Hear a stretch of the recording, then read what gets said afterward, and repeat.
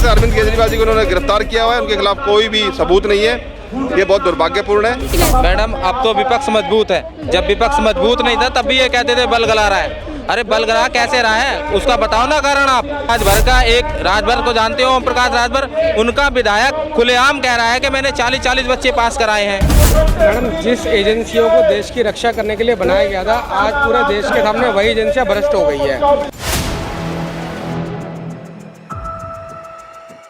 PM Delhi देख रहे हैं, पर मैं हूं आपके साथ शाहीन का। लोकसभा संसद सत्र के अंदर एक बार फिर से इमरजेंसी को लेकर के हंगामा हो गया, जहां लगातार इंडिया ब्लॉक सरकार पर संविधान की धज्जियां उड़ाने का आरोप लगाते हुए साथ ही सदन के अंदर जो कार्यवाही विपक्ष के साथ होती है उसको लेकर के सवाल होते थे। वही आप लगातार देख सकते हैं कि किस तरीके से सत्ताधारी लोग इमरजेंसी को लेकर के कहीं ना कहीं कांग्रेस को घेरने का काम कर रहे हैं। हमारे पीछे आप युवा देख सकते हैं जो कि बीजेपी का घोषित आपातकालीन, लगातार यही आरोप बीजेपी के ऊपर लगता रहा है। जिस तरीके से आप संसद के अंदर भी कार्यवाही स्पीकर बिरला कर रहे हैं, उसके बाद भी ये सवाल कहीं ना कहीं मजबूत हो जाता है। क्या नाम है आपका? मैडम मेरा नाम प्रवीण कवे है। क्यों आप कह रहे हैं बीजेपी का घोषित आपातकाल?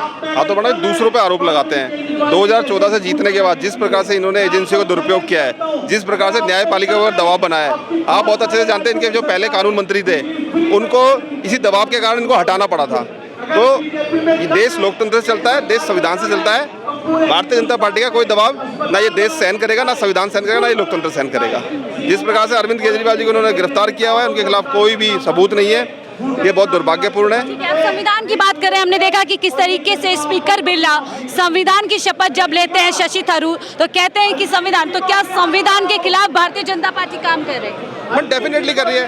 देखिए शशि थरूर जी ने क्या कहा, मेरे को ध्यान नहीं उन्होंने क्या कहा। शपथ के समय उन्होंने जय संविधान कहा। हाँ नहीं, जय संविधान तो बड़ा हम भी कहते हैं, हम भी जय संविधान कहते हैं। और ऐसा नहीं, संविधान में हमारी पूरी आस्था है, इस लोकतंत्र में हमारी पूरी आस्था है। लेकिन बिरला, स्पीकर बिरला उनको कहीं ना कहीं जो है डांट देते हैं, उनको बोल। देखिए बहुत अच्छे से जानते हैं स्पीकर किस पार्टी के हैं और स्पीकर के क्या अधिकार हैं। वो किसी को भी डांट सकते हैं, किसी का भी माइक बंद कर सकते हैं। कल उन्होंने जो विपक्षी पार्टी के जो हमारे विपक्ष के नेता हैं राहुल गांधी जी, उनको बोलने नहीं दिया। कांग्रेस पार्टी के राष्ट्रीय अध्यक्ष उनको बोलने नहीं दिया। तो ये तो इनकी तानाशाही चल रही है। विपक्ष लगातार नीट का मामला, पेपर लीक का मामला उठा रहा है, लेकिन माइक बंद कर दिया गया। जिस तरीके से कल चर्चा जो है इंडिया ब्लॉक पूरी तरीके से इस पे चाह रहा है। मैडम देखिए पूरे देश के अंदर, सिर्फ दिल्ली में नहीं पूरे देश के अंदर नीट का पेपर जिस प्रकार से लीक हुआ, और मैं कह रहा हूँ ये जो भारतीय जनता पार्टी है इनसे कुछ चीज़ संभल नहीं रही। धर्मेंद्र प्रधान जी का इस्तीफा भी हमने मांगा था, उनसे उनका जो काम है उनसे वो संभल नहीं रहा। जो जिस प्रकार से देश के अंदर नीट क्या बना, और भी बहुत सारे एग्जाम हैं जो बहुत सारे जो हैं वो सारे के सारे जो हैं वो आउट हो रहे हैं। जो बच्चा एक किसान का बेटा, एक मजदूर का बेटा, एक गरीब का बच्चा जो तैयारी करता है, इतनी मेहनत से करता है, उसके पैसे के संसाधन नहीं है, पैसे नहीं है, वो कैसे उस एग्ज़ाम को देगा जब ये पैसे में, मैडम कई जगह तो 5-5 हज़ार रुपये में नीट का पेपर बिका है।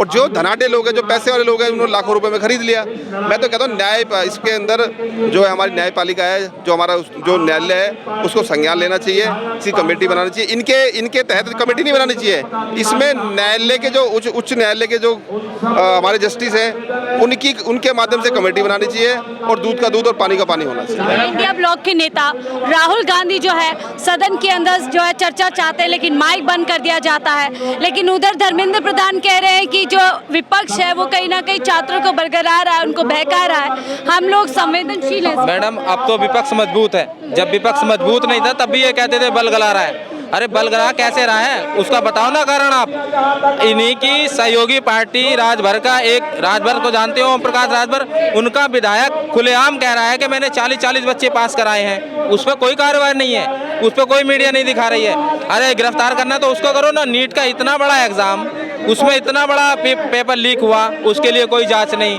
कोई जांच के नाम पे कर क्या रहे हैं। एक मुख्यमंत्री को तो ऑर्डर आने से पहले ईडी पहुंच जाती है कोर्ट, और एक विधायक जो ये कह रहा है कि मैंने 40-40 बच्चे पास कराए, उसको अभी तक जांच ही बैठ रही है, उससे अभी मुख्यमंत्री मिल ही रहे। क्यों भाई, ये डबल राजनीति किस चीज़ की? इससे पता लगता है कि ये राजनीति नहीं, ये तानाशाही है। लगता है कि विपक्ष के खिलाफ ही कार्यवाही की जाए। देखिए विपक्ष मजबूत है इस बार, और विपक्ष पूरा जवाब देगा, इनको हर बात का जवाब देगा। हम तैयार है, विपक्ष तैयार है, ये बहस तो करें, बहस करने के लिए तैयार नहीं होते। अगर कोई सही बात कहेगा तो माइक बंद कर देंगे संसद में।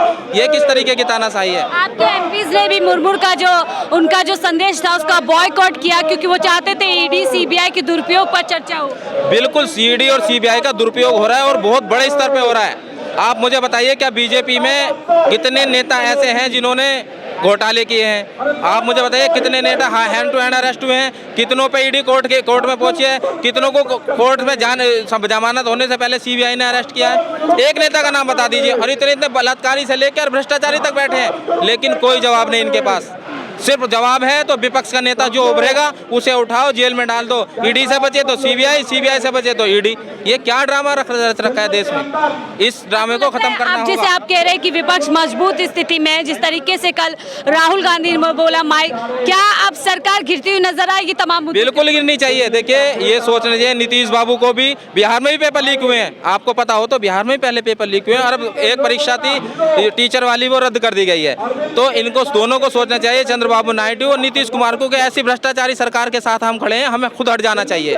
मुझे तो लगता है कि जल्दी से जल्दी दोनों विपक्षी वाली पार्टियों को तुरंत अपने समर्थन वापस ले और ये सरकार गिरा दें। ठीक है, तुरंत समर्थन वापस ले, सरकार गिरा दे। आपातकालीन की ये बात कर रहे हैं, लेकिन लगातार संसद के अंदर हम देख रहे हैं, चाहे राष्ट्रपति मुर्मू हो, चाहे स्पीकर महोदय और खुद प्रधानमंत्री मोदी, लगातार जो 50 साल पहले इमरजेंसी लगी उसका मुद्दा उठा रहे हैं। मैडम, जिस एजेंसियों को देश की रक्षा करने के लिए बनाया गया था, आज पूरा देश के सामने वही एजेंसियां भ्रष्ट हो गई है। आज सीबी, ईडी जैसी एजेंसियों पे लोगों का भरोसा हट चुका है। पूरा देश अब जान चुका है कि ये एजेंसियां सिर्फ सत्ताधारी पार्टियों के मुताबिक काम करती, कोई देश के संविधान के खिलाफ काम, संविधान के साथ काम नहीं करती। आज सत्ता में बैठी पार्टी को संविधान के नाम से, जय संविधान बोलने से चिढ़ मच रही है। उनका स्पीकर बंद कर दिया जा रहा है। तो इतनी चिढ़ क्यों है? ये देश संविधान से चलता है, इनको इससे चिढ़ है। तो ये जो देश है ये इस चीज़ों को देख रहा है। आज बच्चा जान चुका है कि ये जो लोकतंत्र में जिस तरीके से इनका ईडी सीबीआई का एक सिटिंग मुख्यमंत्री को जेल में डाला जा रहा है जमानत होने के बाद, तो क्या ये सत्ता हमेशा इनकी रहेगी?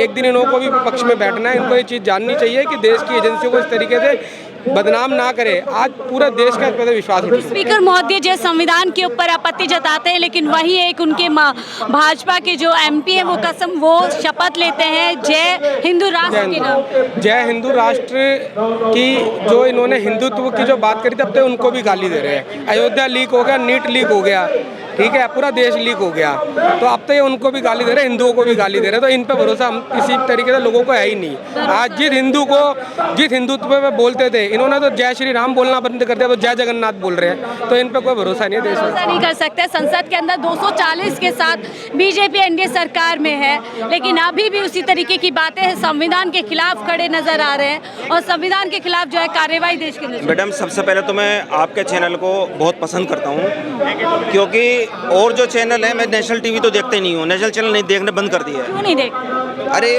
उसमें सारी बातें जो है ना, सुधीर चौधरी हुए या और एक सच्चाई में, मैं हकीकत बता रहा हूँ। मैं 4 PM में आपके जो एक्सपर्ट आते हैं और जो भी बातें करते हैं वो सच करते हैं, सही बताते हैं। अच्छा, और जो चैनल हैं आपके, जो अलग दूसरे चैनल आपके अलावा जो चैनल है, उनके हेडिंग कुछ होते हैं और खबर कुछ और होती है। तो मैं आपका चैनल का बहुत पसंद करता हूँ और सच्चाई पैदा करता हूँ। कई लोग आपके जो एक्सपर्ट आते हैं पुराने, वो बहुत अच्छा देते हैं। तो मेरा यह कहना है कि ऊपर वाले से दुआ है कि ये चैनल आपका खूब चले और बात सच्चाई के लिए, इसके लिए धन्यवाद। बहुत बहुत शुक्रिया। हम लोग लगातार इसी तरीके से जनता के मुद्दे उठाएंगे। आप कह रहे हैं तानाशाही नहीं चलेगी, आपको क्यों लगता है देश के अंदर तानाशाही? मैडम, तानाशाही की बात यह है कि इससे पहले जब ये सरकार थी, एनडीए की सरकार थी, पिछली वाली मोदी सरकार, उसमें ये हुआ कि चुनाव आयोग 3 लोग बनाएंगे। एक तो होगा इलेक्शन जो चीफ जस्टिस ऑफ इंडिया, नेता अपोजिशन और प्राइम मिनिस्टर। ये बिल लेकर आ गए। बिल क्यों लिया है भाई? जब प्राइम मिनिस्टर है, एक चीफ जस्टिस है और एक नेता अपोजिशन है, इन्होंने ये करा कि नहीं, एक तो प्राइम मिनिस्टर रहेगा और एक रहेगा प्राइम मिनिस्टर जी के नॉमिनेटेड मिनिस्टर होगा, और एक जो होगा नेता अपोजिशन है। तो जीत तो वहीं हो गई इनकी, जीत तो वहीं हो गई। लेकिन अब क्या लगता है, क्या अब आपको लगता है प्रधानमंत्री मोदी कमजोर है क्योंकि 240 के साथ एनडीए की बैसाखी सरकार पर है? मैडम, बहुत कमजोर है इस वक्त, विपक्ष बहुत मजबूत है और राहुल गांधी और सब मिलकर, चंद्रशेखर आजाद की, मैं आता हूँ उस कॉन्स्टिट्यूंसी से, बहुत मजबूत है विपक्ष। और उम्मीद ये है कि आने वाले टाइम में ना ज़रूर कुछ हल निकलेगा और सरकार गिरेगी नीतीश जी से और चंद्रबाबू नायडू जी से और जो सेकुलर पार्टियां हैं जो दंगा नहीं चाहती वो आए। आज हर जगह करप्शन हो रहा है, बताओ मंदिर बना उसमें लीकेज हो रही है। जुलाई के बाद एक भ्रष्टाचार की जो परतें हैं वो उतरती जाती है, चाहे बरसात हुई, किस तरीके से देश का सबसे बड़ा एयरपोर्ट इंदिरा गांधी एयरपोर्ट और वहाँ पे जो टर्मिनल की एक छत गिर जाती है और एक व्यक्ति की मौत हो जाती है, उसके बाद तमाम सवालों के घेरे में एनडीए सरकार नजर आती है। हालांकि एनडीए सरकार अभी भी उन्हीं तेवरों के साथ लगातार सदन के अंदर अपनी कार्यवाही करती नजर आ रही है। बहरहाल इन तमाम घटनाओं का क्या असर होगा, क्या विपक्ष मजबूती के साथ सदन के अंदर अपनी आवाज को उठा पाएगा, जनता के मुद्दों को उठा पाएगा, ये अपने आप में एक बड़ा सवाल है। फिलहाल के लिए मुझे दीजिए इजाजत, आप देख रहे थे 4 PM दिल्ली।